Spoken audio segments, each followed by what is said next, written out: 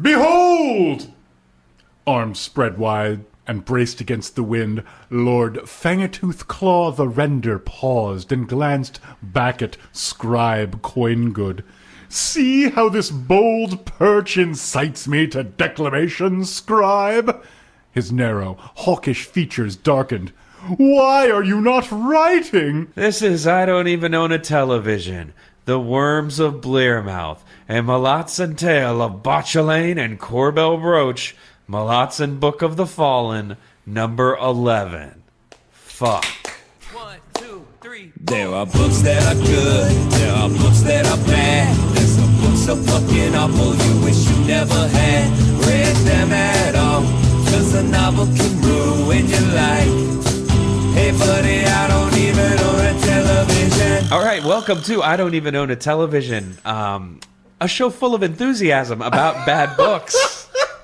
I'm your host, J.W. Binderfolly Friedman. Oh, and I'm Chris Brave Sir Robin Collision. Oh, you went there already. I mean, the problem is that will probably be one of roughly 10 bazillion references to Brave Sir Robin that I make in this episode. So, we read a book. Obviously, my month of getting to do whatever the fuck I want has come to an end. Oh, we are done with that. Because now apparently we're in the month where we torture me slowly to death with horrible high fantasy. And, this is the worst I've read in a long time.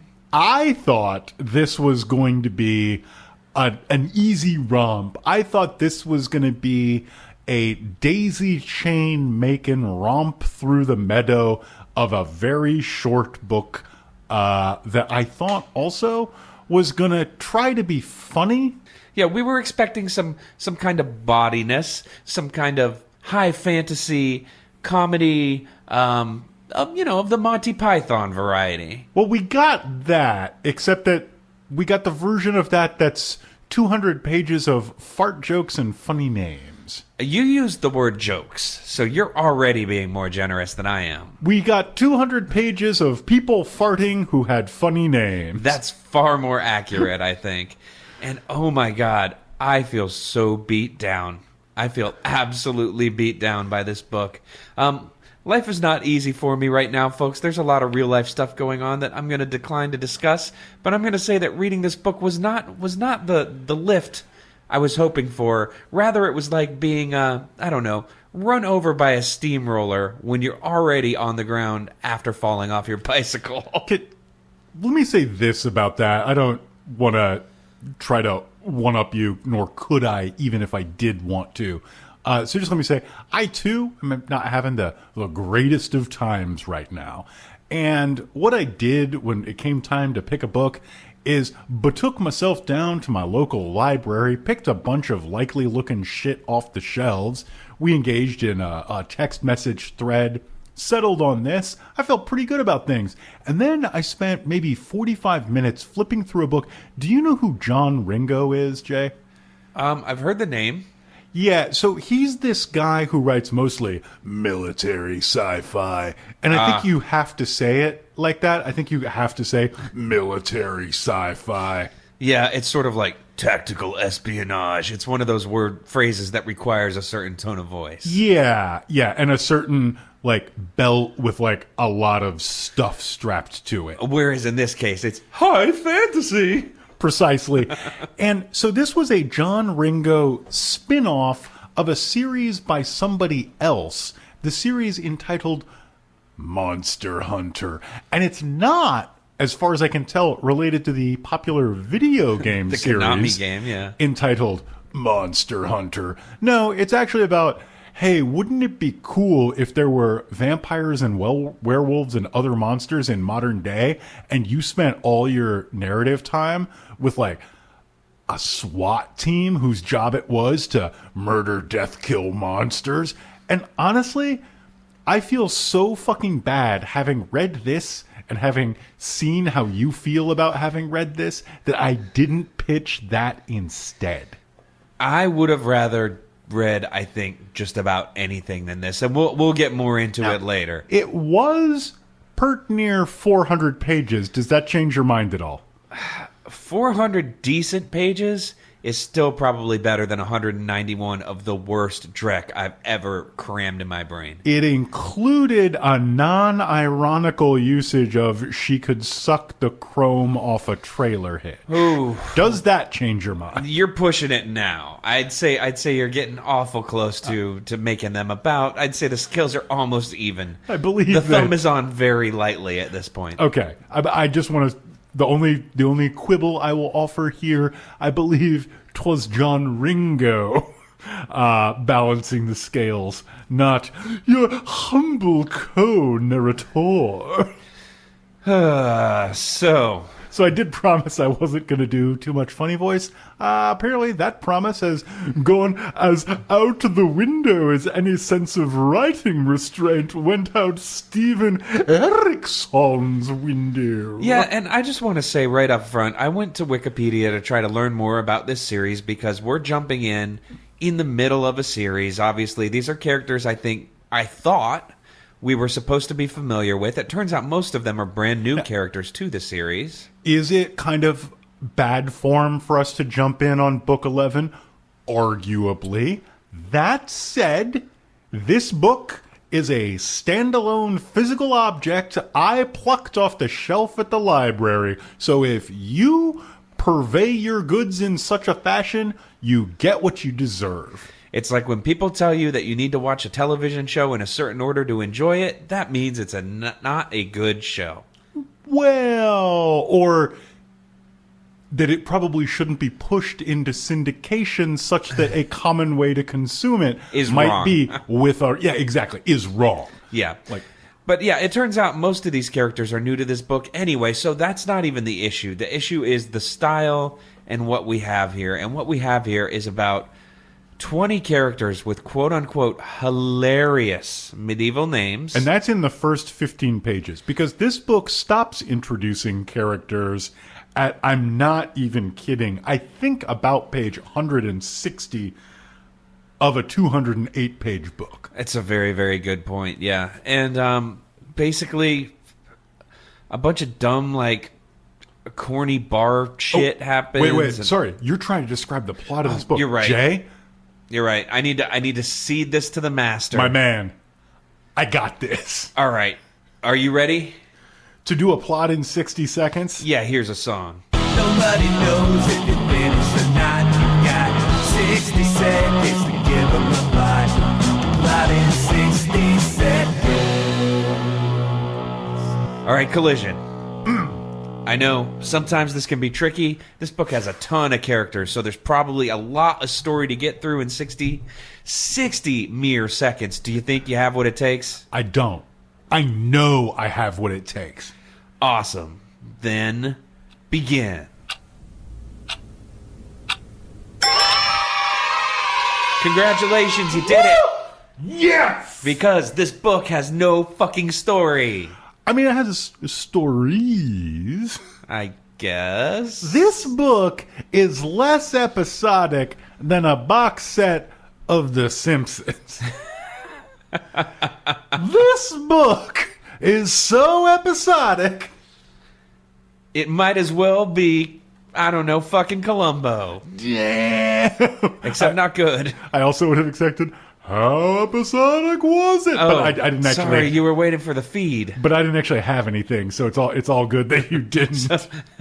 We would have just been playing Pepper and you would have whiffed. Yeah, exactly. So this is like a book that partakes of the farce method, I think. And I probably deliberately, I think, partakes of the farce method, where it just keeps piling shit on, and that's supposed to be enjoyable. The problem with piling shit on and expecting it to be enjoyable is that when you're piling on shit, you end up with nothing but a pile of shit. And with that, I would like to attempt, not a plot in 60 seconds, but I would like to attempt to lay out the ground of this book in a mere 1 minute span, just so, you know, you guys can have some idea of what the heck we're talking about. And after that, I would like to read the publisher's summary, which will probably be filled with even less information than you're about to impart. Is it the back of the book?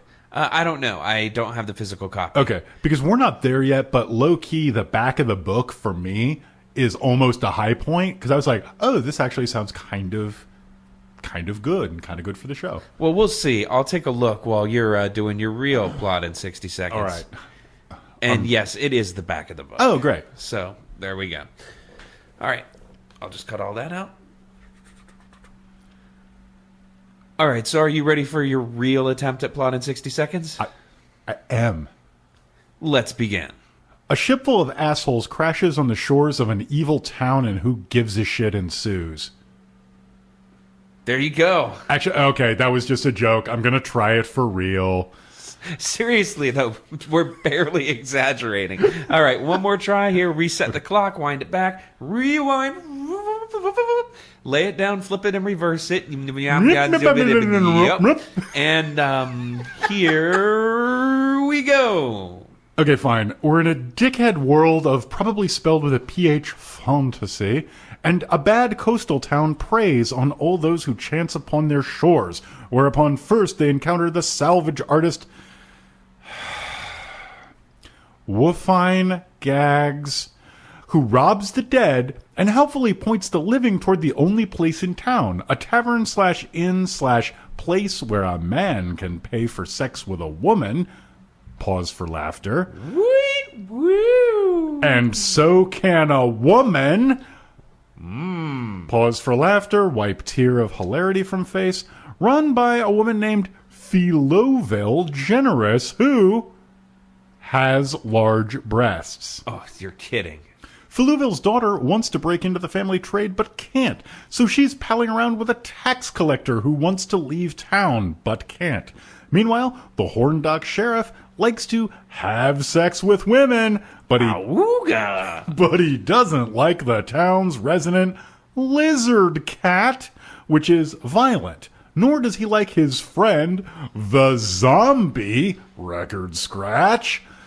The evil wizard who runs the town, Lord Fangatooth Claw the Render, Oh, it's way longer than that, but we'll get back there. Don't worry. now has to meet the new-to-town evil wizards Bauchelain and Korbal Broach, who just washed up on shore because of a shipwreck caused, I guess, in the previous novella, and they look like Doctor Strange and Uncle Fester respectively, and they are accompanied by their manservant, Emancipor Reese, who is Jeeves, except drunk, and who gives a shit, and who will win in the wizard battle, and will anyone leave the town, and will the innkeeper and beachcomber have any surprises for us, and will 11 other groups wash up upon shore with a story of their own, and does the tavern lizard cat have a surprise for us, and is all of this an attempt to do medieval Magic Land Yojimbo but with zero stakes, and who even gives a shit? And ultimately, I think you're forgetting, the pivotal moment of this book is everyone has dinner. I am forgetting that moment. I thought the pivotal moment of the book is when each of us sighed heavily and hurled it across the room, probably around page, For me, it was right about 52, I think. The first time Lord Fangatooth Claw presents his name in the full, in the style which he prefers. So, let's hear about this dinner, Jay. I'm hungry. Feed me. I don't know. They eat a bunch. He tries to poison people. They don't die for some reason. I'm still not entirely sure on that. This book was so hard to pay attention to. And then he stabbed his chef for poisoning people, even though it was his idea. Now he doesn't know how he's going to make food anymore. Correction. He stabbed his chef for failing successfully to poison people. So delicious is his deception and devilment. But he is not just Lord Fangatooth Claw. He is... Goddamn, fucking... I have some coffee in the thermos. Do you need? No, I need a Vicodin and like 8 beers. Okay, but just promise me only after recording, and actually not 8 beers, because I don't want to have to text you every hour to make sure you're still breathing. Okay. Yeah. You could just chill here in case I need to go to the hospital. All right, here we go. I am Lord Fangatooth Claw, Master of the Forgotten Holding, High Sorcerer of the Lost Guards of Ilfor, Seneschal of Grey Arts, High Mage of Elder Thalakin, and last surviving member of the League of Eternal Allies. Wow. Okay, two things. One, the stuff about Viking and 8 beers, 1,000% a joke. We're doing fine. We're having tough weeks. We're not. No, whatever. Please don't worry. Two. That is a joke. I am drinking beer. Yeah. I am not taking Vicodin with them, nor am I considering getting a face tattoo or rapping about my troubles. Like the idea that Jay, who has to welcome me into his home every 2 weeks, would have any Vicodin left anyway. It's ludicrous. That's true. That pill bottle stopped rattling like 100 episodes ago. It's laughable. Yeah.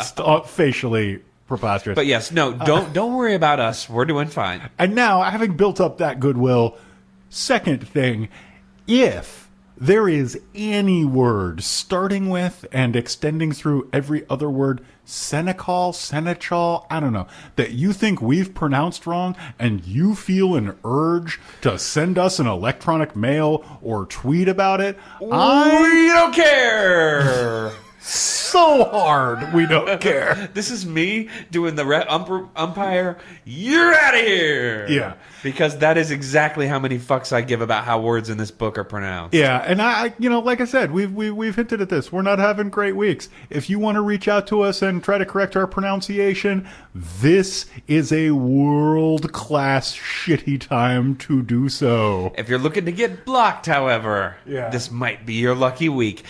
There's like one person ever who emailed the show who I even verged on emailing go fuck yourself to. This week, this would be a week where I'm just going to say, don't try me, please. Yeah. Don't. Just chickadee check yourself, etc., etc. I also want to point out that while we normally say, hey, it's totally okay, everyone has different taste in books. You might like a thing that we don't like. That's all right. That's just your taste. I can firmly say, it's okay. If you like this book, there is something wrong with you. It is bad. Oh, shit.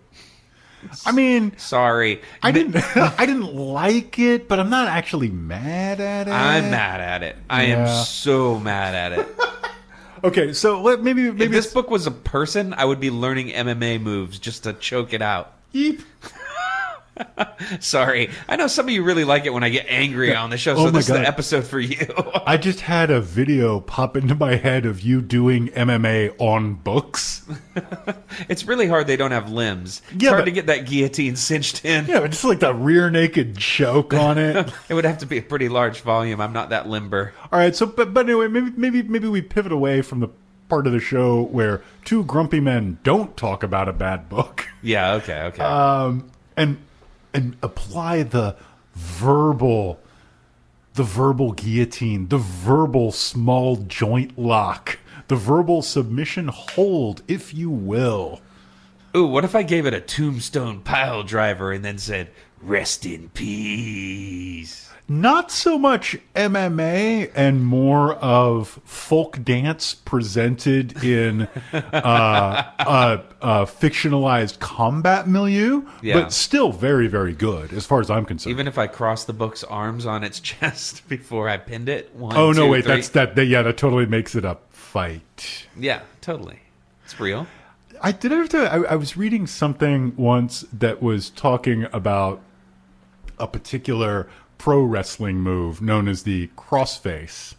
Ah, yes, okay, the crossface. That's actually a legitimate amateur wrestling hold. Okay, but this describes it as ender of many a bar fight. I would believe that. And a properly applied crossface usually involves a step over toe hold. I'm just going to say this about that. If you're on the floor applying legit wrestling holds to another guy in a bar and other people aren't getting involved, that's fucked.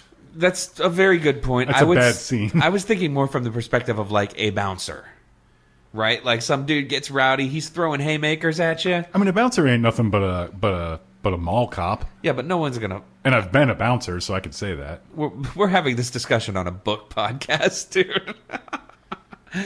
I'm just saying, I have We're erecting barriers, or more properly, wards around the discourse and delight that we delect upon.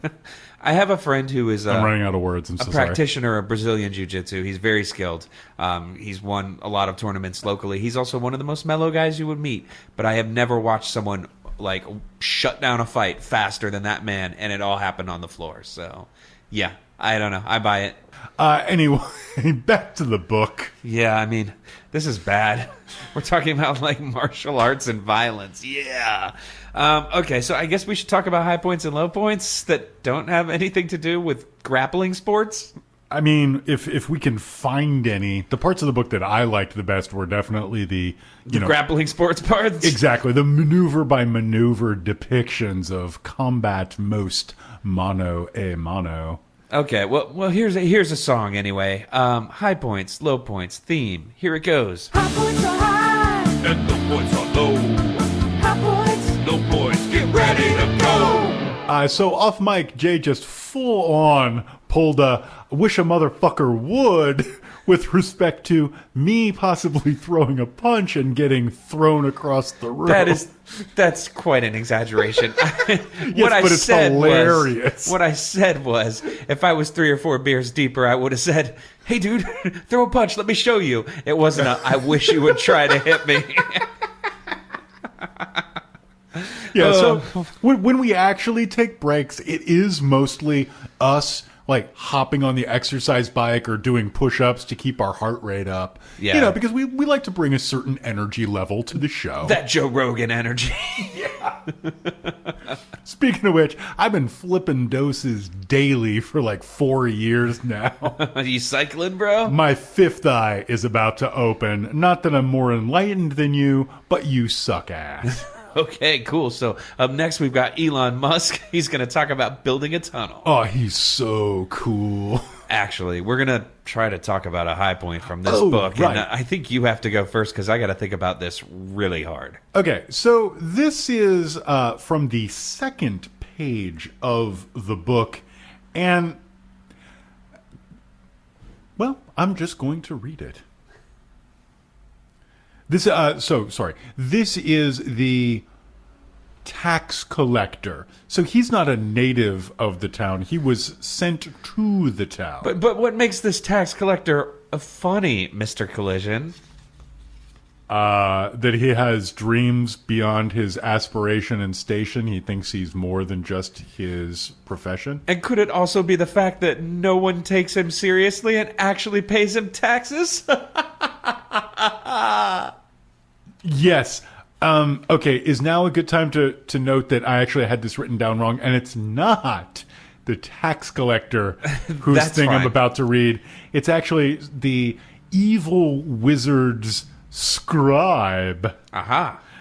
Whose job is to sit around and write down everything that his evil wizard master demands that he write down. Which most of it is a lot like what we were just kind of saying, where it's like the evil wizard is basically describing like he's booking a backyard wrestling show, and he wants his little buddy to write down all the cool moves he's gonna do. Oh my God, that is depravedly and upsettingly on point. Scribe coin good. Scribe coin good. He cursed this rotting keep and its swaying tower. He cursed the town below. Spendrugal of Blearmouth was a hovel, its population cowering under the tyranny of its new lord. He cursed the abominable weather of this jutting spur of land, thrashed by the wild... I'm going to skip this part because I don't give a shit about the fucking geography. His dreams of wealth and privilege had suffered the fate of a lame hare on the plain of wolves, chewed up and torn to bits, semicolon, and the wind had long since taken away those tattered remnants, colon, the tufts of blood-matted fur, the wisps of white throat down, and the well-gnawed splinters of bone, all of it gone, scattered across the blasted landscape of his future. Okay, so that's the 2nd page, and I was like, wow, this rabbit metaphor is really long. And I was like, Dragon Force sucks. And that was my high point. So my first high point, I guess, is literally the only passage in this book I enjoyed. And I think because it's about dogs. So here you go. The bar has been raised. It's this sentence. Most men dreamed of the same things. A warm body to lie against. Echoing their animal grunts. Company at mealtimes. Decent conversation. And the floor free of scraps. But few men imagined a woman might want those same things. And then find them in a dog. Not my special favorite part. I really like the idea that it's like, yo, dude, honestly, you're replaceable by a doggo. ... Yeah, the runner through the book though is. I'm not going there. I'm talking about this individual instance made me laugh. Got it. Okay. I'm going to let you have that. The book, however, is quite clear that this is the sheriff musing on his wife who done him wrong with the family dog. So, yeah, that's the kind of book we're talking about. We're not talking about just companionship and friendship here. However, taken out of context in this case, it just totally sounds like, like me with my cat. And so I was down with that. I was like, you know what? All you really need is an animal that loves you and will eat food off the floor. Yeah. I liked that part. I did not like where this part eventually went, but you had to go there. So, you know what? Fuck you and fuck this book too. Fair. Was that an Eminem lyric? Yeah, Eminem really... One of the things I like about him is how often he raps about the written word that he's read, not talking about how much damage you can do with a pen. I'm trying to think if Eminem has ever mentioned a book. Don't write in. We don't care. Unless you're Eminem. Yeah. If you're Eminem, write in. If you are, in fact, Marshall Mathers, drop us a line. I'll send you a T-shirt. It'll be something like, I hit them with a rocking bird and leave them in their stocking feet like they were killed at a mockingbird or something like that. I don't get that. Yeah, I don't either, but none of the shit he says makes sense. It just rhymes cool. I'm going to break you up in your dark brain. I'll fuck you up like you're Mark Twain. There you go. Yep. That could be an Eminem lyric. I'm going to huckleberry finish you like a... And then it just gets like too... dark and offensive even to finish. Yeah. So I'm going to talk about a low point. And speaking of low points, I was just trying to freestyle Eminem lyrics. This tends to happen. I have to live like that for the rest of my fucking life. Have you noticed, like, episodes that are bad, we tend to freestyle Eminem lyrics? I'm just noticing this. Episodes about bad books have a lot of just off-the-dome Eminem. And is this true? We've done it several times, and it's almost always books where there's nothing else to talk about. I'm going to have to go to the wiki. Okay, so here's a low point for me. This is but 15 or 20% through the book. Page 31 it was in my copy. He'd heard the ship come in this past night, striking the reef like a legless horse, sliding across a Denrabi's bristling hide. But the morning had broken unruly cold, and he knew that he had plenty of time in which to explore once the sun climbed a little higher and the wind whipped back round. Dude, you're not making jokes. That's not a joke. That's just making noises and having fun with your mouth. And I just need to remind you, Mr. Steven Erickson, there is actually somebody on the other side of the page. And I have a name. And I have other things I can be doing with my life. I'm a person. Yeah, I'm a person. Speaking of just saying words and having fun with your mouth, once again, we're back to Eminem freestyles. Eminem. You rap, know when you whack. You act up, and I'm throwing you down a flight of steps. Then I'm throwing you back up them. If they don't like the track, fuck them. This rap struck them harder than getting hit by a Mack truck and then backed up on them. Stuff him in a sack, ruck him. Yep. And yep, that fool. All right. So, here's my first low point, I guess. It's one sentence. It's one of the worst sentences I've ever read in the print medium. I can't believe somebody published this. I'm so ready for this. Her next laugh shriveled Heck's sack down to the size of a cocoon. Oh, fuck yes, I have that one too. I've never been so happy for you to poach a low point. The poachers of low? Also, I just have to say, her next laugh shredded Heck's sack down to the size of a cocoon. He was acting like a loon, you know? I mean, Yeah. like, that's almost a bad Eminem lyric all by itself. It's true. It's like a writing prompt for Rap 202, the Eminem inning, which is available at a locally taught poetry workshop near you, probably. And I'm sorry. Yeah, you know, the next stack gets wrecked, stacked down, lower, all the way to their doom until their cocoon, or sorry, I forgot it, whatever. He wrecked Heck Stack. Sorry for your sack, Heck. Mech. Like, Crack. What? Hang on. The next act got wrecked. The next act got racked, till his cocoon was the size of a small sack. Matter of fact, about to hit you with the ball jackets like that, kids. One time, you better call Mac. Pack your luggage. You're out of here, dudes. It's over. I'm bringing my shit to the Range Rover. And like what you don't see is that so when we record, we have a bunch of silent friends sitting here. They are all currently sprawled on the floor doing these incredibly exaggerated like own leg slappings, grabbing each other, laughing thing. It's basically like if you've ever seen the NBA's dunk contest at the All-Star game, what people do when they see a particularly effective dunk. That is what is happening in this room right now. Fuck, guys, I wish you could see it. I'm sorry. I know you're mad because I'm styling on you. I hope you know that the cowl is on me. Act up, you're going to get put down. I believe we need one more low point from you. Yeah, so let me check my lyrical 9 to see if I've got any ammo left. So I alluded to this earlier, brah. This is the kind of book that is a little boob-centric. You might say it's a little busty. Yeah, but sometimes you realize that you're reading a book that is literally afraid of boobs. And that to me is a low point. And now Happens a lot in this genre, by the way. I'm going to read it at you. All right. She scowled.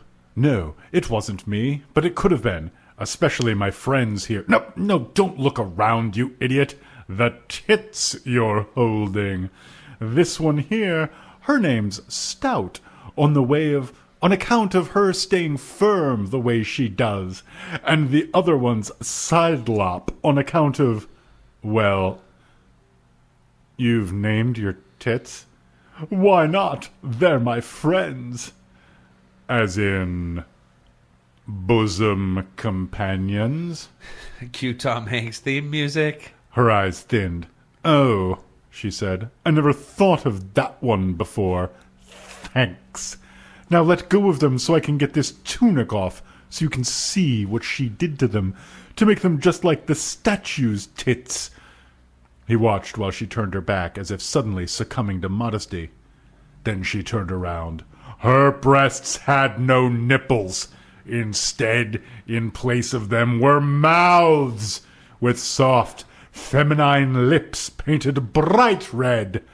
As he stared, both tits blew him a kiss. They got teeth, too, and tongues.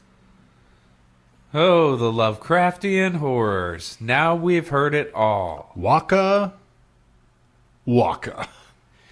Yeah. So, I don't have much more to say about that other than to just reaffirm what you had said. Yeah. This book is afraid of women. It's Yeah. afraid of women's bodies. The author looks like a nice, gentle fellow. I looked him up.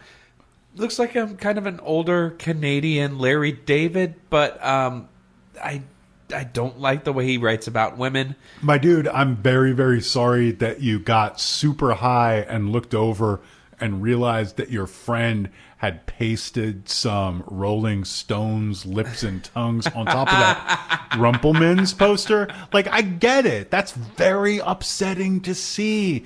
But you didn't have to get 11 books deep before you dredged that one up from the subconscious. It's like that time I was getting my car fixed and the Snap-on Tools poster was all fucked up. This woman had a mustache and a monocle. Oh, my God. Okay, so I've got one more thing that's a low point. The mark of what I consider to be bad high fantasy. And this pops up all the time in books I hate. So here it is right here. How many curses do you imagine are hanging over you, Spilgit? How many demons are waiting for you once you die? How many fiery realms and vats of acid? The torment you deliver in this mortal life will be returned upon you 1,000-fold the day you step through Hood's gate. Rubbish. We sell you that shit so we can get away with whatever we damn please. Oh, I'll get mine in the end. Utter cat turdackle. Who do you think invented religion? Tax collectors! I thought religion was invented by the arbitrary hierarchy obsessed with control and power to justify their elite eminence over their enslaved subjects. Saint people, Ackle. Oh, shit. You know you're reading shitty high fantasy if there's got to be an aside about, oh yeah, by the way, religion, the opiate of them asses. Mother, he did it to him. He did.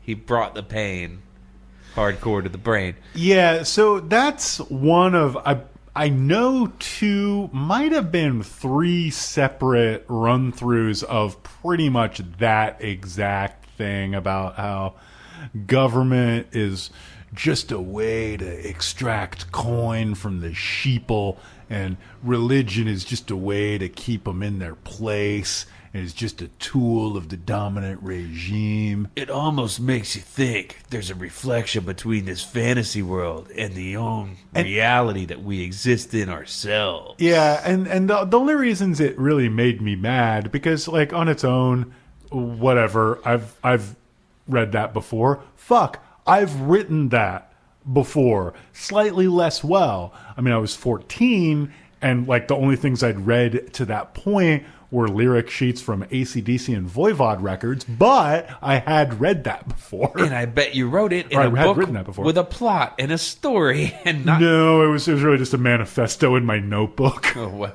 we're all very lucky. You know, I mean, I kind of drew the school on graph paper. No, let's stop there right now. Okay, continuing. This is real angry. Yeah, God, this.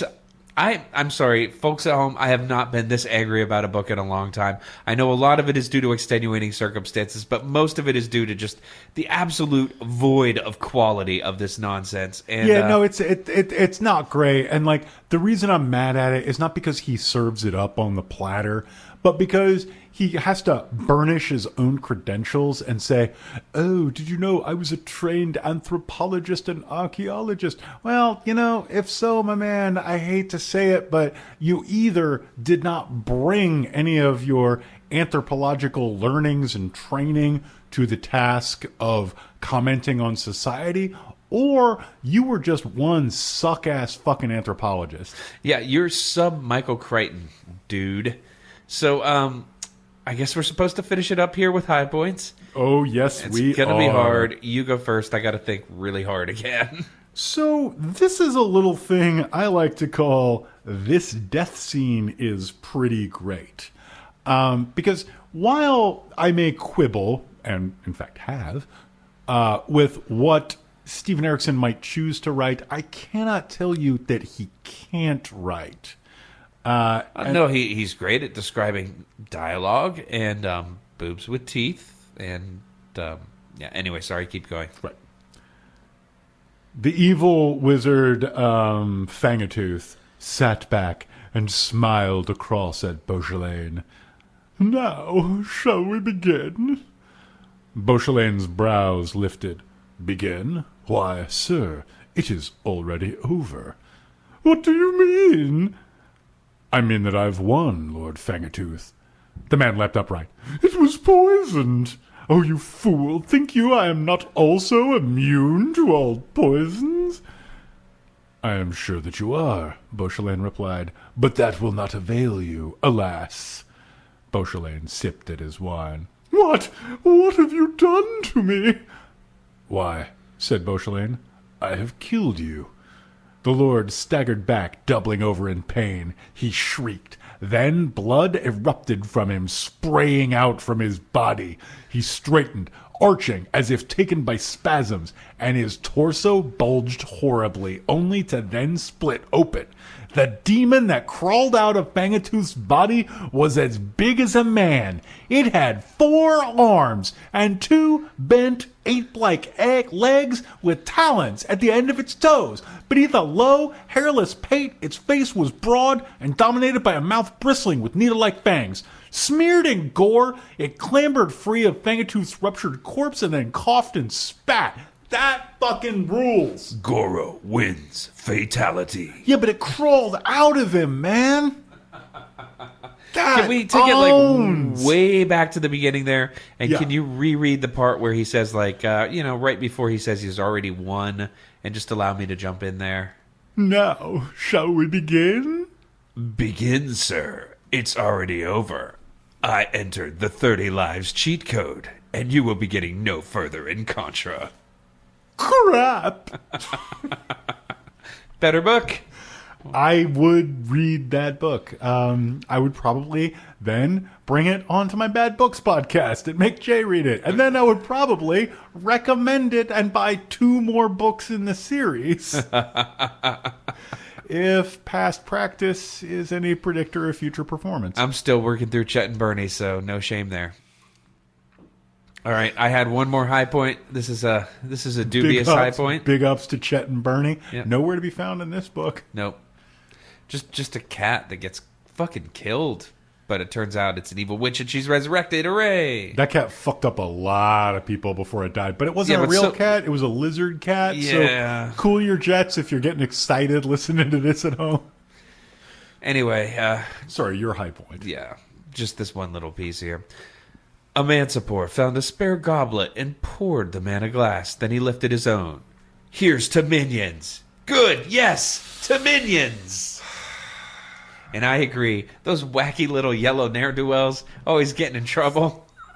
Yeah, there really have been some things completely ruined by pop culture. The word minions might... It's got to be top 3, right? Want to see my new tattoo? Is it... Every member of KISS as a minion? Why, yes, it is. That's fantastic. Is it something I could see with you still wearing a t-shirt and a pair of shorts? No, let's go to break.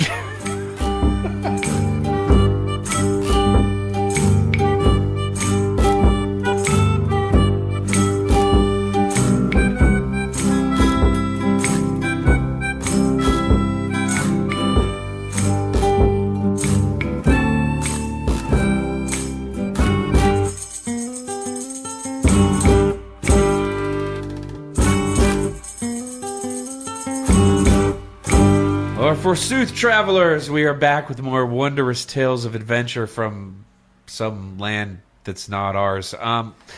It's called Malazan. Oh, a word that totally makes sense. Anyway, we're back and we're about to do some segments. It has a syllable structure that seems wacky, but is totally easy to get your mouth around. Yes, and one of the things that we like to do on this show is take parts of the book and try to read them dramatically to you. So I think what we should start with here is one of the most fucking giant turkey leg eating segments in podcast history. Yeah, grab your ocarina and prepare to tootle. This is Dramatic Readings. Dramatic readings. We're gonna make it sound important. Dramatic readings. Yeah, I got some words for you. Okay, Collision, I believe you have a dramatic reading prepared. Oof. One full of mirth and mayhem. Have you tugged your jerkin into place? Hey, what I do in my private time is my own business, buddy. Your buckskin's well oiled. I just showed you my Minions tattoo. That's enough. All right. Well, tighten your drawstrings and settle in. That's right, said Spilgit. 2 shovels. Gravedigger looked up blearily from the heap of dead people's clothes that he'd sewn together to make a mattress and pillow. That's my job, he said, reaching for the clay jug, his arm snaking out like a withered root to tangle hairy fingers in the jug's ear, then drag it across the floor back to his bed, because that needs a lot of words to describe. You look settled in, friend, said Spilgit. I've been temporarily barred from the heel, you see, and, well, a man needing to stay warm has to work. Physical work, I mean. You gonna use a shovel in each hand, then? That's a silly idea, isn't it? Right. So the other shovel, what's that for?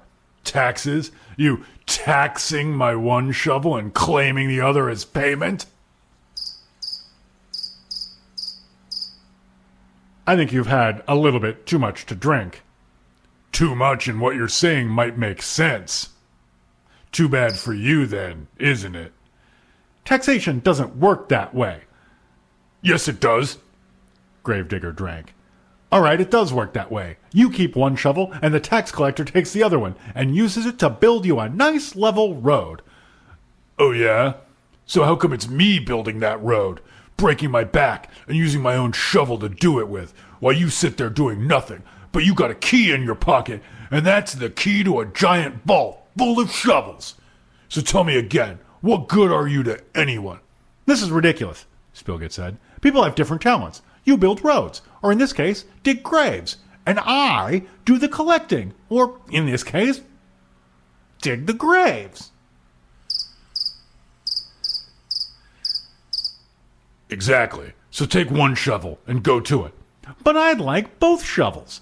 Once a tax collector, always a tax collector. Listen, you drunk fool, give me the shovels. I ain't got 2 shovels. I only got the one. Spilgit clutched his head. Why didn't you say so? The man tipped the jug again, swallowed, and wiped his mouth. I just did. Where is it? Where's what? Your shovel! You tax that shovel away from me, and I ain't got no more work, meaning I don't earn nothing, meaning you can't tax a man who don't earn nothing, meaning you're useless. But you know you're useless, don't you? And that's why you want to take up grave digging, so you got yourself a real job. But what about me? Are you gonna loan me your shovel or not? Loan now, is it? You gotta pay for that, mister. Fine, Spilgit sighed. How much? Well, seeing as I'm renting the shovel from Hallig the pig trencher, and he's charging me $1 a dig, for you, it'll have to be 2 silvers, or I don't see any profit from my kindness. Kindness means you don't charge anything. I'm a businessman here, tax collector. If you rent me that shovel, I'll have to tax your earnings. How much? $1. Then I make nothing. Spilgit shrugged. I doubt anyone ever claimed renting shovels was a profit-making enterprise. Hallig does.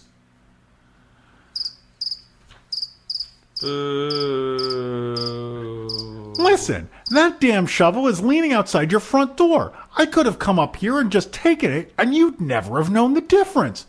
Gravedigger nodded. That's a fact. But I thought to do this legitimately, as one neighbor to another. More fool you. I see that, Spilgit snapped. Now what then, Mr. Tax Collector? I'm taxing you that shovel. Gravedigger shrugged. Go ahead. Now it's Halgit's problem. Only the next time you need to bury somebody, don't bother coming to me. I'm now unemployed. I'll loan you a shovel from the vault. Right. And I suppose you want me to be grateful or something. Is it any wonder tax collectors are despised? Spilgit watched the man take another drink, and then he left the shack, collected up the shovel, And then, noticing another shovel beside it, he collected that one too and headed off. I'm sorry, sir. We're going to have to inform you that you're no longer welcome at the Chuckle Hut. I know you've been working really, really hard on this piece, but the audience just really doesn't seem to respond, and you can't seem to do anything but the shovel routine. There were 2 shovels. Yeah, the 2 shovels. That's great. Look, maybe go down 2 shovels. All right, please leave. 2 shovels. There was a second shovel the whole time. Oh my God. Oh, well, that was comical, but things are about to get sexy. I think, sort of. Gonna need both your shovels for this one, ladies. Not really. And sensual gentlemen. Yeah. And sexy sex-haver others. Well, this is a scene between our sheriff, I believe, and a attractive newcomer. And they're having an encounter, a rendezvous, if you will, at the one building in town. Set phasers to bow tie a-spinning, eyes a-bulging. When the other 2 men had finished their drinks and left, the woman carried her tanker over and sat down opposite Hordilo. She studied him with level eyes, and that was a look Hordilo knew all too well. "Is that what you think?" he asked in a growl. "Why shouldn't I?" she retorted, slouching and setting her tankard down on the thigh of the long leg she stretched out, the one bare and pale, and with a delicious curved line where the meat of it slung down from the chair's edge, and the sight of that made Hordilo want to fall to his hands and knees and crawl up under that thigh, if only to feel its weight on the back of his neck. He shifted about, felt sweat everywhere under his clothing. "I don't like it when women think that," he said. One brow arched. "If you weren't that way, then no woman would think it, would she?" "I wasn't until some woman did me in. Not that I was ever married, of course, but if I had been, why, she would have done me in all because she was thinking what she was thinking." "You're blaming the water for the hole it fills." "I've just seen this too many times," Hordilo said, feeling surly. "Women thinking." "If that's what you think, why talk to me? You could have questioned Gus Tubb or Heck even, but you didn't. You picked me, on account of me being a woman. So let's face it, you keep making the same mistakes in your life, and I ain't to blame for that, am I?" "If we're talking blame here," Hordilo retorted, "then it was you that sat down thinking what you were thinking. I ain't blind and I ain't dumb, and I don't take kindly to being thought of that way when we only just met." "What's your name?" "Hordilo. Captain Hordilo." "All right, Captain Hordilo. Since you know what I'm thinking, what are we doing here?" "Women always think I'm that easy, don't they?" "Is that what I was thinking?" "I know what you were thinking, so don't try and slip around it with all this talk of us taking a room upstairs to continue the conversation. I got laws to uphold, responsibilities. You're a stranger after all." "You only think I'm a stranger," she replied, "because you haven't got to know me yet." "Of course you're a stranger. I never seen you before. Nobody has. No one around here. I mean, I don't even know your name." "Bird's Model." "That hardly matters," he replied. "Yes, it does. Strangers don't have names. Not names you know, I mean, but I do, and now you know it." "What were you thinking, showing me that leg of yours?" She glanced down and frowned. "I wasn't showing it to you. I was just letting it lie there, resting. It does that, when I sit." "I ain't fooled by anything so obvious," Hordilo replied. He reached down and held his hand under her thigh. He hefted it once, then twice. "That's a decent feel, I think." "You think?" "I know. Decent weight, solid but soft too." He moved it up and down a few more times. "Looks like something you'd be happy doing all day." Bird's Model noted. Sighing, Hordilo sat back. "And you said you didn't think I knew what you were thinking." "Got me." He rose. "All right, then." "Upstairs?" "I get this all the time," he said, "for being so handsome." Her eyes widened, but he'd seen that look too, plenty of times, and whatever she was thinking, why, she could keep it to herself. Nice. Reader, he gets to go to the bone zone later. Either that or he just moves her leg around a bunch. I don't believe it's explicitly included.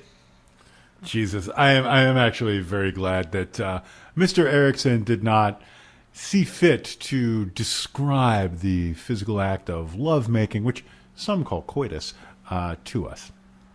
Me too. But one thing I am happy for is the internet, because it provided us with a wonderful game we're about to do here. Oh, should I grab my lute and my mandolin and start a plucking and a strumming? No, but if I were you at home... he never lets me play my lute and mandolin. Well, I mean, to be honest, you're not super great at keeping them in tune. Yeah. But yeah, strap yourselves in. We'll be right back with a What Is Your Fave? What is your fave? What is your fave? When you're presented with a list of options, what is your fave? Here we go, yo. What's the scenario? What we have here is, first of all... I thought when I set off my what's the Hordelio, it was actually pretty funny. Oh, I thought you said the whole deal, yo. No. Okay. I was referencing the sex heaven sheriff you were just reading about. But anyway, I'll just go lie in a hole. Sorry. No, that's me. That's me. I missed it. But what I did find, however, was a website called the Malazan Wiki, which includes... Nope. For this book... I'm out. Stick with me here, folks. Gotta go. Contains a lengthy list of dramatis personae. And then after that contains a plot summary, which is completely empty. Nice. This is the best, unintentional own I've ever read. You couldn't do it either, enthusiasts. Ha! You see what I do? You see what I have to do? Yeah, exactly. Motherfuckers, talk more shit about Collision. Even if you like this book, you can't summarize the plot, because there is none. Yeah. But fucking bring it. You got served. So, Dramatis Personae is a list of all the characters in this book. I'm going to name all of their names. Strap the fuck in, folks. And Collision, keep track. I want you to give me your 3 favorite, because it wouldn't be fair just to ask for one. Please. I try to live a good life. I try to be a clean person. Tough luck. A. Ackle, the Risen, mostly dead ne'er-do-well. B. Bauchelain, necromancer and partner of Korbal Broach. Bird's Model, sailor and ex-chanter garrison soldier. Bisque Flatter, ex-chanter garrison soldier. Blecker, owner of Blecker's livery. Bluegrin, the wife stealer, pirate of Illengarth. Briv the carpenter's helper, sailor and assistant carpenter. Briv the cook's helper, sailor and assistant cook. Briv the rope braider, sailor. Different people, same name. Is this alphabetical? Those were all golems, and yes, it is all alphabetical. There were golems. Sorry, we're only in the B's. C. Scribe Coingood, recorder of Lord Fangatoot's legacy. No. D. Dead chanter, sailor, undead crewman of the unreasoning vengeance. E. Emancipor Reese, manservant to Bauchelain and Korbal Broach. F. Lord Fangatooth Claw, the renderer, sorcerer tyrant of Spendrugal. Fangatoot's cook, servant at Worm's Keep. Felittle Generous, daughter of Faluval. Faluval Generous, innkeeper of owner of the King's Heel. Flea Chanter, Chanter Brother. Friend Chanter, Chanter Brother. G. Guild Chanter, Chanter Brother. Gorebelly, Golem Peace Enforcer. Grave Digger, Cemetery Worker, and Excellent Monster Truck. Grimlead, Golem Peace Enforcer. Grimbone, Golem Peace Enforcer. Gust Hub, sailor and ex-chanter garrison soldier. H. Hailing, Pig Trencher. Heck Erse, sailor and ex-chanter garrison soldier. Hordelio Stink. Do you get it? Ex-pirate and Spendrugo constable. Herta Stink, wife of Hordelio Stink. K. Cabber the Slaughterer, pirate of Elingarth. Korbal Broach, necromancer and partner of Bauchelain. L. Lester Chanter, Chanter Brother. M. Midge Chanter, Chanter Brother. P. Puny Chanter, Chanter Brother. R. Red, Felittle's pet lizard cat. Relish Chanter, Chanter Sister. Rimley, prostitute at the King's Heel. S. Captain Satyr, captain of the Suncuff. Scant Chanter, Chanter Brother. Stormo the Sly, pirate of Elingarth. Sordid, ex-Chanter Garrison soldier, Spilgit Purbis, Factor and tax collector, Stint Chanter, Chanter brother, Subly, wife of Emancipor Reese, T, Tiny Chanter, eldest member of the Chanter family, Tortured Man, an inhabitant of Fangatoot's dungeon, W, Wormit Humble, former ruler of Spendrugal, Wolfine Gags, Beachcomber and Scavenger, Witch Hurl, former ruler of Spendrugal, and finally, Wormlick, ex-Chanter Garrison soldier. This is a 120 some odd page book? Fuck. Yeah, 208, I think, something like that on my copy. That's a whole lot of characters to deliver like one line of dialogue each. Damn it. Yeah, also, no one on the planet likes this book enough to have actually compiled that list. The only way they did that was some kind of text editor search for only 2 words in a row that start with capital letters. Yeah, and then for sure. alpha sort. A regular expression, if you will. Yeah. I do just want to add... No adding. Okay, no adding. sorry. There were a couple tertiary characters. We'll leave them out. Who are your 3 No, fave? you know what? Like, whatever. We got the never appears on screen Hordilo's wife Herda character. So no, let's hear the people who didn't make the original cut on the wiki, Jay.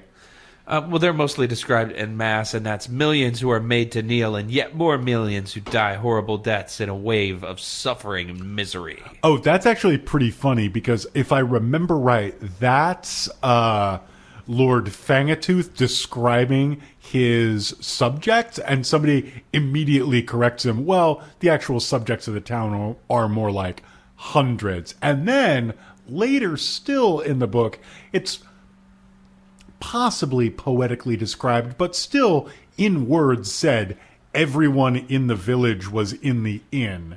And it is not the kind of inn that can hold 200 people. So this village may include some 40 people?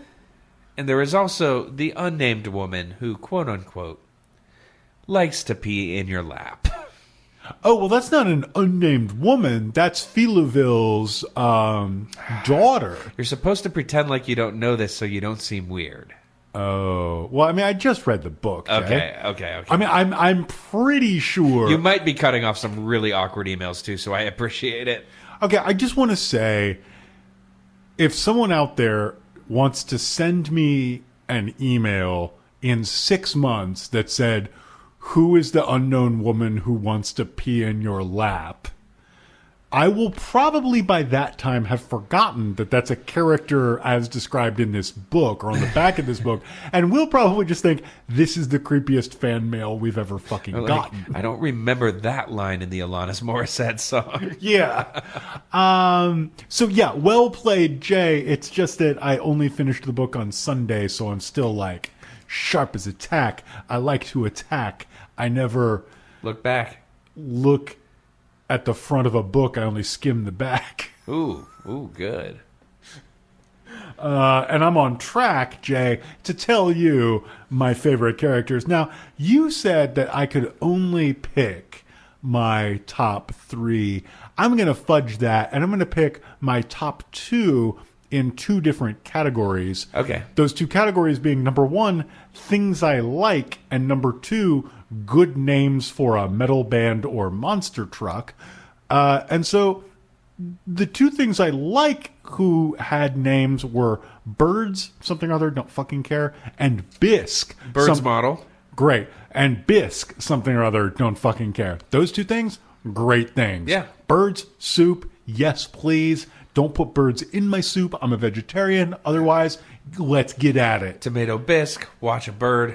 Things are good. That, your day is sorted right fucking there. Yeah. You could spend Some bruschetta. You spend the morning doing that. You spend literally the rest of the day journaling about how you spent your morning doing that.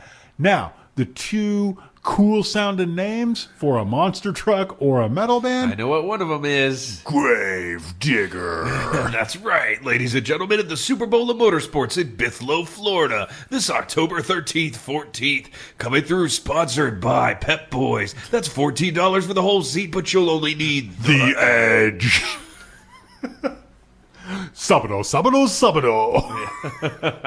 They didn't do that in Florida, They but yeah. always used to do that in Colorado, and I really do wish I had taped it so that I could create for you the delight of being 14 years old and hearing somebody extremely enthusiastic say the Spanish language equivalent of giant mud pit. The figure eight school bus races. I mean, Which was a real thing. Look it up, folks. oh yeah, it's the best thing. Also, Truckosaurus, the 50-foot creation that's made of metal, breathes fire, and crushes cars. Anyway, the other one is Witch Hurl. So and that one's pretty good too. Witch Hurl is a good monster truck name. Or Like an a all good black metal one with band like name. a pointy hat. Yeah, or like, one of those Bandcamp only metal bands that can't really play live because it's really just a bedroom project. Oh, you mean like black metal? Oh shit! Like, we just lost like 3 fans. I'm a giant fan of the genre, but I will say I've been disappointed by most live outings I've seen. I had a long conversation today via text message with my main man, Jeff the Canadian, on the topic of, as he opened the conversation, I'm up to 3 Deaf Heaven songs that I like. I love Deaf Heaven. I've seen Deaf Heaven live. Yeah. I love Deaf Heaven records. For sure. I will probably not go see Deaf Heaven live again. And now we're going to get emails about how Deaf Heaven are posers and not actually black metal. And you know what? Go fuck yourself. Yeah, no, they're- Just because Homeboy is handsome doesn't mean he's shitty at music. Okay, he's not even that good looking. But he's handsome. He's handsome for a black metal vocalist. Well, we're going to take a break, form a black metal band, of which I will be the vocalist who can't sing but is excruciatingly handsome. But before we do that, we might need to play but one more game. Oh no, and could it be? Because I think I got a hot one in the chamber. Do we need to take a break, or Nah, is this about your Minions tattoo again? it is. It's about Russian roulette. Russian roulette, Russian roulette, Russian roulette, not actually Russian. Not actually Scandinavian and wearing corpse paint. Russian roulette. We're going to flip through this book. We're going to pick selections at random. Yeah. We're going to read them to you, and I bet they will be ridiculous because everything in this book fucking sucks and is horrible. Almost certainly true. And before anybody sends me an email, I do just want to admit that I've sent more than one email asking a more knowledgeable than me friend of mine to help me understand the difference between black metal and death metal. And I still almost jumped in to interrupt / probably incorrectly correct Jay on who wears corpse paint. I still don't know. I will never know. Brava. And will Brava. never care. Brava. I will never care. I am from Tampa, Florida. Where's that again? Home of death. Oh, but the one that's not good, not the one from Detroit. Yeah, Got it. yeah, not the good punk band, but the band Death, progenitors of death metal, which hails from Tampa, Florida, and is predominantly played by guys with perms and white dad sneakers. Corpse paint is a black metal phenomenon. Great. Now you know. Neat. Cool. All right. Am I going to retain this information? Probably not. Also, usually death metal singers sing like this. Black metal singers sing like this. See, that sounds exactly wrong to me. I always think black metal vocalists should sing like rah, rah, rah, rah, rah, rah, and death metal vocalists should sing like rah, rah, rah, rah, rah, rah. No, death metal sounds like technical grindcore. Black metal sounds like really fast emo. I'm sorry, can I see the first slide, please? Okay, let's go back to my PowerPoint. Over here, you will see Chuck Soldinger. May he rest in peace. Anyway, let's continue. Okay, anyway, so we're going to do a little Russian roulette, which is going to leave you in the grave of entertainment in our degraded culture. Okay, are you ready to flip? I'm going to flip through this book, and Jay's going to tell me when to stop, and I'm going to read you something. It's probably not going to be great. There's your gun tattoo on your arm is pointing right at it too. Stop. We are indeed driven to our baser natures in this instinctive hunger for ... Well, for what precisely? Security, stability, material possessions, status? All of these surely in varying measures. If a dog understood gold and silver, why, I am sure that the beast would be no different from anyone else, excepting me and Korbal Broach, of course, for whom wealth is but a means to an end, not to mention cogently regarded with wisdom with respect to its ephemeral presumption of value. He smiled at the woman and raised his goblet. Coin and theft, then, shall we call them bedmates?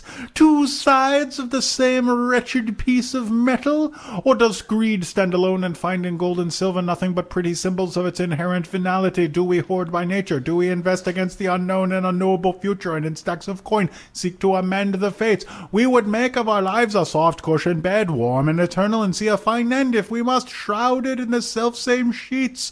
Oh, well... Oh, I'm sorry. I was trying to listen, but all I heard was an author sucking his own dick. Wow.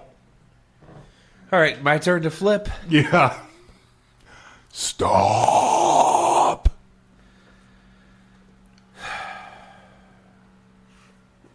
I don't know if we've ever done a book that caused more sighing just reflexively when our eyes hit the page.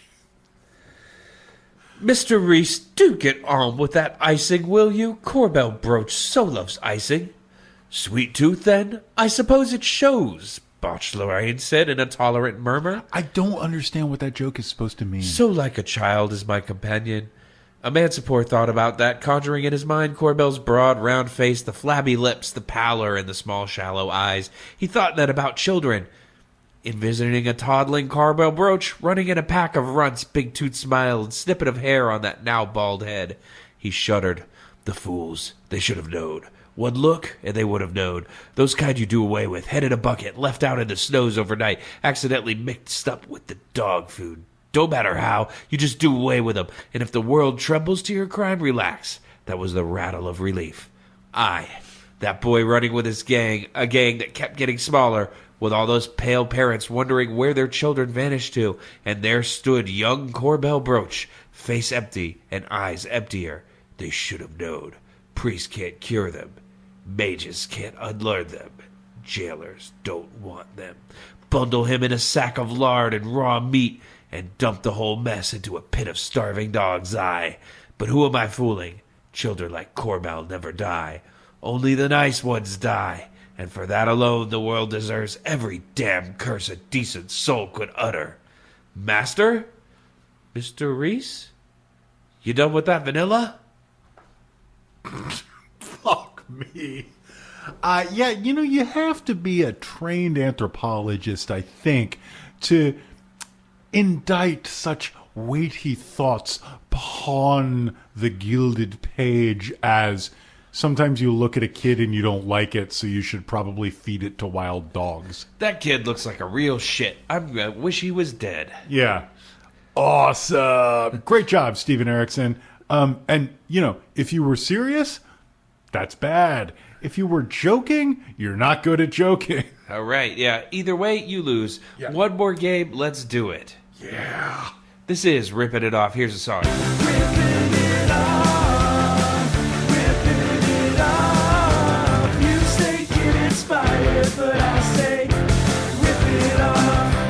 So I insisted on this, and I'm not sorry, because that song is hot fucking fire. So, Ripping It Off, we try to decide what this book was, its primary influence, let's say, is a nice way of putting it. What was this book Wow, casting its gaze upon? Way to completely backtrack on the song. But no, I feel you. So we're not really saying that these things were on the desk, thrown into the desk blender, and then pasted literally on the page by Steven Erickson. We're not saying that. I'm not saying that, but we're not saying that. I can't say that without imputing something that I actually love, which is the obvious choice, which I think you're going to go for here. But I will start us off here and say something else. And to me, what this book is open mic night at a Renaissance fair. I'm sorry, my brain literally just cut off life support functions for my body because what you just put in that brain is too much to be borne. I cannot imagine that, Jay, and I will not imagine six that. or seven dueling court jesters just on stage waiting for the red light as they told their jokes about well, Leonard's turkey legs are so stringy that ... Hey, anybody here lost anybody close to them to the plague? Huh? Oh, tough crowd. It's hard to build a crowd at this point because so many of us are dead. How about Tommy over there at the axe throwing competition? He may be a little bit better if he'd get off the meat every now and then. Yeah. So yeah, that's where I'm coming from. I feel that, and I feel you. But I do want to return to my not at all off the top of the dome or hastily constructed metaphor and talk about some of the ingredients that I think might have gone into the blender for this. And I think one is very obvious. Jack Vance, who really did the firstest with the mostest on the topic of wild overwriting and very deliberately pointless and episodic plots that never really amounted to anything, with just a tiny bit of cynicism about the whole endeavor. But the thing was, when he did it, it actually fucking had a point. Was he Myth Conceptions? No, that was Robert Asprin. I feel like he's on the page we know here, I too. like. Yeah, no, he's probably in there, but just in terms of... So, let's talk about this for a second. We texted for a second, and I'm not going to be able to do a better job of what I texted you, but the problem with this book is that somebody like Jack Vance wanted to do real world building, wanted to imagine what a different place would be like. Even Robert Asprin was interested in showing you things you hadn't seen before. But this book is, like I texted you, world building, that's when you have judges, but you call them judicators. And character, that's when you name your lawyer character Pencil Schnarp Thwerpaplops. It's horrible. Because you don't like lawyers. Do you get it? Can you imagine not liking lawyers? So yeah, there's some Jack Vance with the funny name stuff. There's an awful lot of bad Monty Python. This is definitely the only book I've ever read where Brave Sir Robin was playing 100% of the time behind my head. And don't get me wrong, I love Monty Python. Yeah. This book is all the worst parts of Monty Python. It's the silly names with no jokes. Right. And I like Monty Python, I like Jack Vance, and I like the last thing that I think that this really reminded me of, which is Fafford and the Grey Mouser by Fritz Leiber. Those were cynical post-Tolkien takes on kind of a high fantasy sword and sorcery place where everything kind of came down to greed and selfishness and avarice and, lust for gain, but was somehow both more lighthearted and less heavy-handed than this. And I bet it had a story. Actually, most of them were heist tales, and fucking boy, were they ripping ass heist tales. Nice. Not like this, which is people having dinner. A tiny bit formless. Yeah. Even with, as you say, quite a nice dinner scene. Yeah. Turns out a nice formal dinner is not quite enough to sustain 210 pages. I didn't know that. Did you know that? I do now. Well, you do now. Okay, so are there any other influences? Oh, I just want to say one thing about his influences. He wrote a mean letter to someone who described all Western fantasy as post-Tolkien. Sorry, keep going. He wrote a mean letter to an encyclopedia of fantasy that had the temerity to describe all Western fantasy as post-Tolkien. And he said, very huffily, I never read Tolkien. My primary influence was Dungeons and Dragons. Yep. And that's a little like saying you were never influenced by Led Zeppelin. No, your primary influence was Kingdom Come. I, sir, never listened to Black Flag. As a matter of fact, my musical education began with Blink 182. Exactly. Yeah. And that's just fucking sad, man. Like when you're trying to be defensive and you just reveal yourself as not just ignorant, but pointedly and aggressively ignorant. Like, it's like you're running the country or something. In the business, we call it showing your ass. Oh. And speaking of which, now's a great time for you to take a look at my Minions tattoo again, so let's take a break. Take two.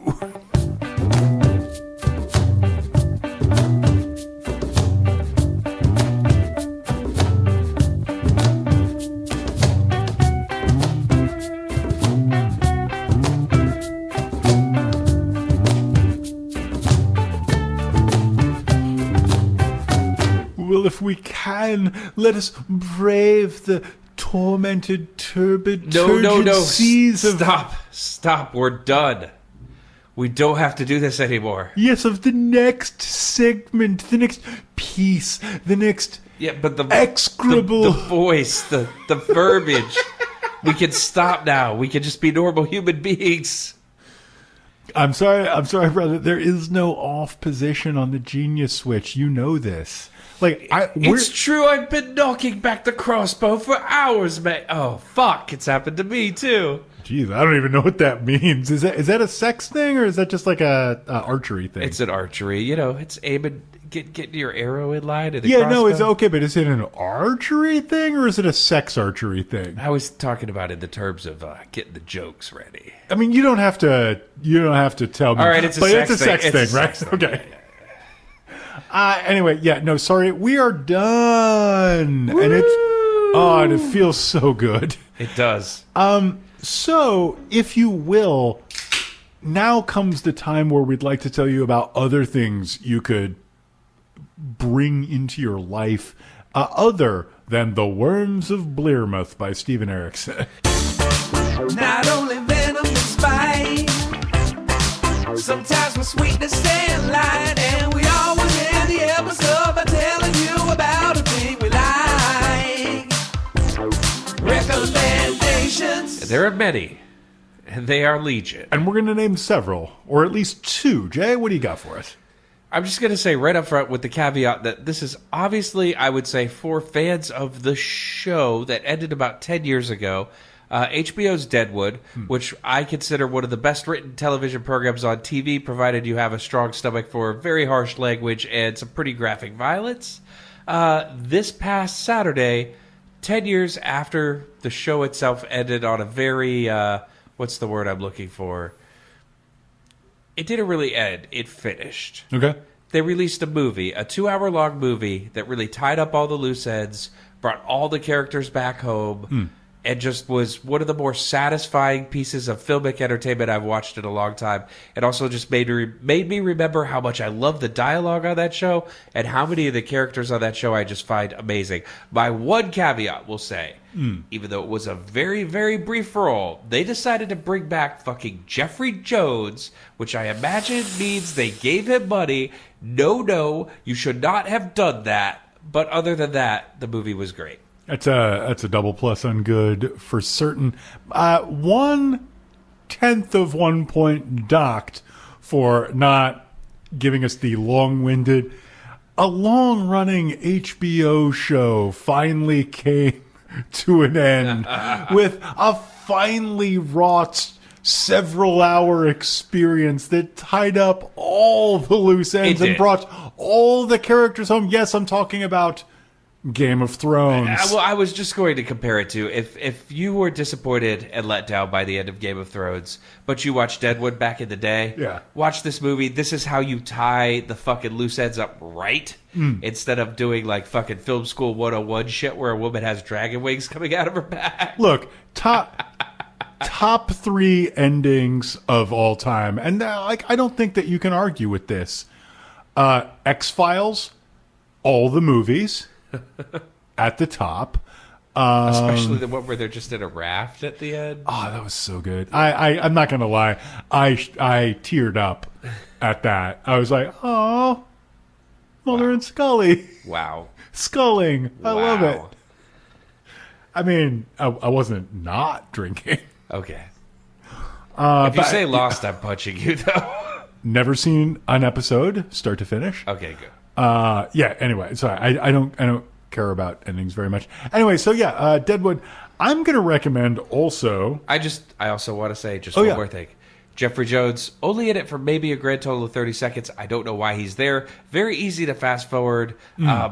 They've already paid him, so I guess you're not really supporting him by watching. But I don't know why the fuck they did it. They shouldn't have done it, but everything else about it is a fucking masterpiece, so it's good. All right. I am also going to recommend a visual piece of entertainment. The other day, I happened to be in my chariot with the Lady Noodles, and we were discussing, as the term is, what we should partake of that even on. And anyway, we landed on the thing that we had not seen season 1 of, but everybody in the entire world is seemingly talking about season 2 of, and that is a show called Fleabag. It's great. We binged the entire second season in roughly the time it takes to watch a turgid, overlong movie of the Common Era, and it was mostly delightful, except the parts that were emotional and upsetting. There was a moment when the Lady Noodles happened to look at me and said something like, "Are you upset because the tall lady is unhappy?" And I said, yes. Yes, I am.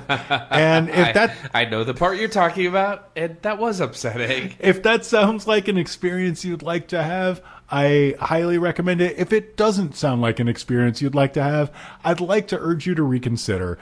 I think it is the kind of thing that you'll struggle with a tiny bit, because Lord knows I struggled with it a tiny bit, but I felt like it was it was a good experience to have watching it. So, do it.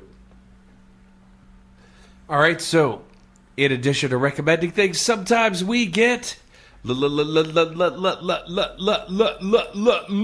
A, letter B, letter C, letter D, letter E, letter M, letter G, letters. Got a lot of letters.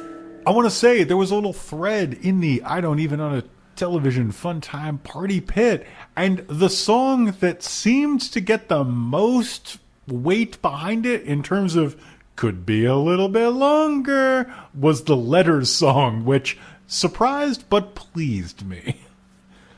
Maybe next time I'll take it all the way up to P. What?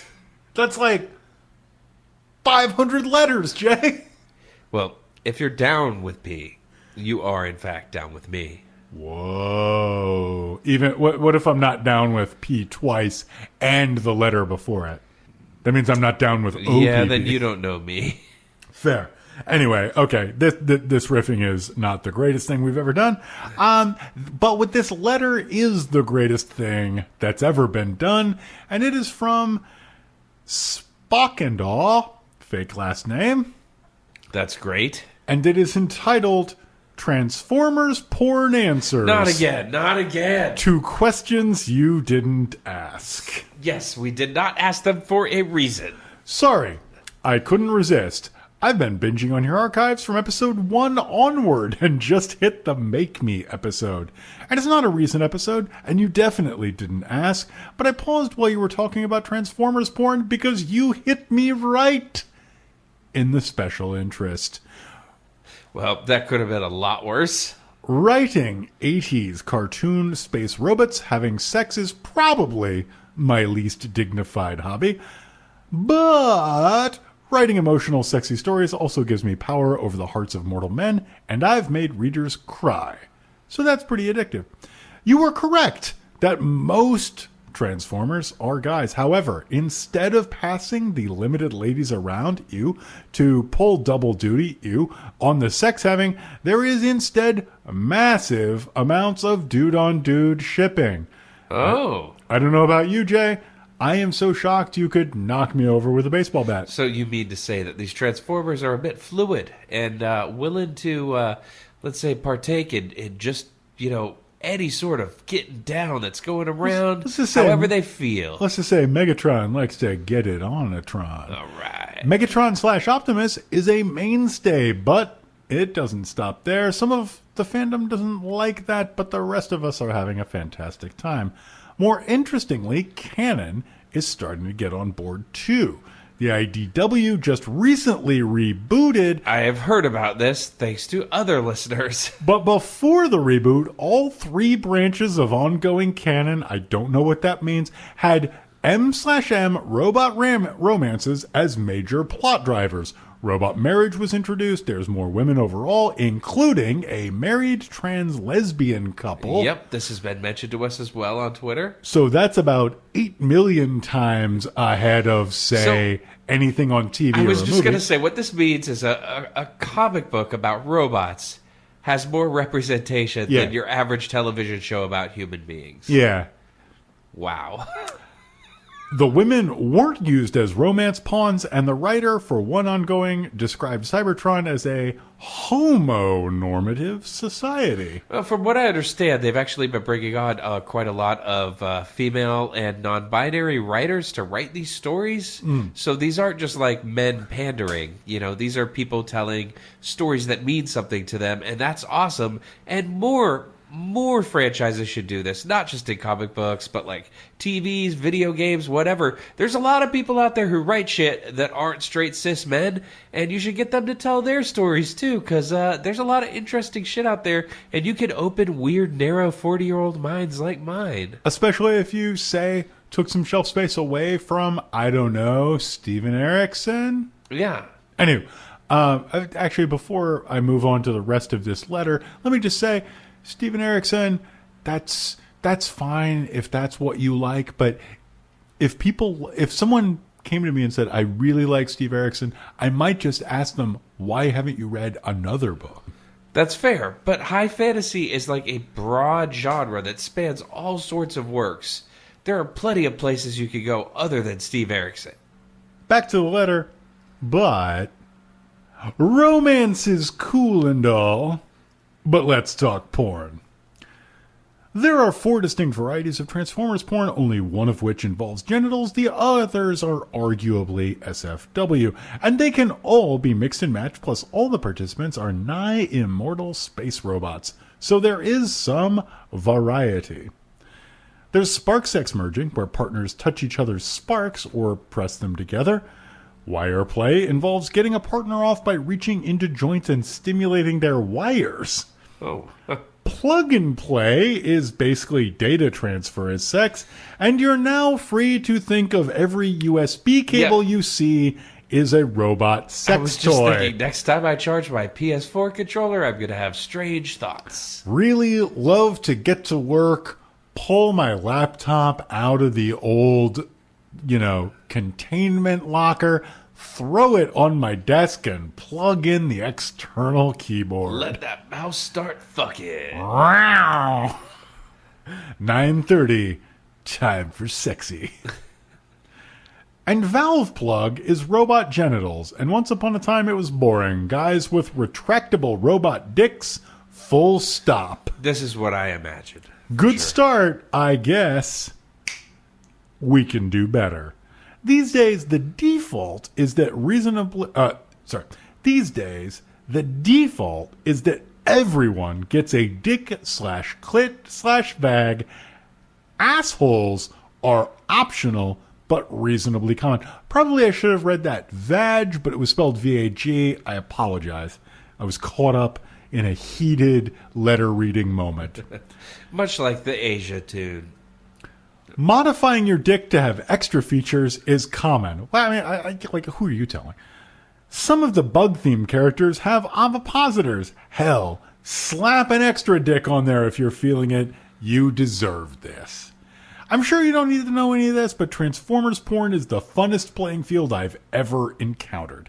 And it's had 35 years to grow into something weird and wonderful. Okay, me personally, I'm going to stick to people fucking people. Okay. But I mean, that's on you, dog.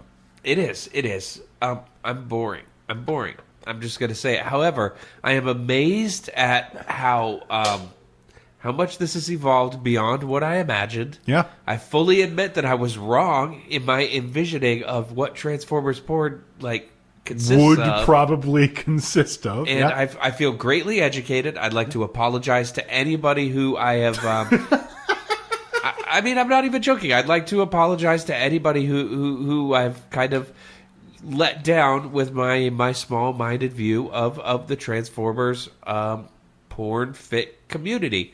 Because apparently this could go all sorts of ways, which makes total sense. My only question is, how does John Cena fit in? From behind, I don't know what you're asking.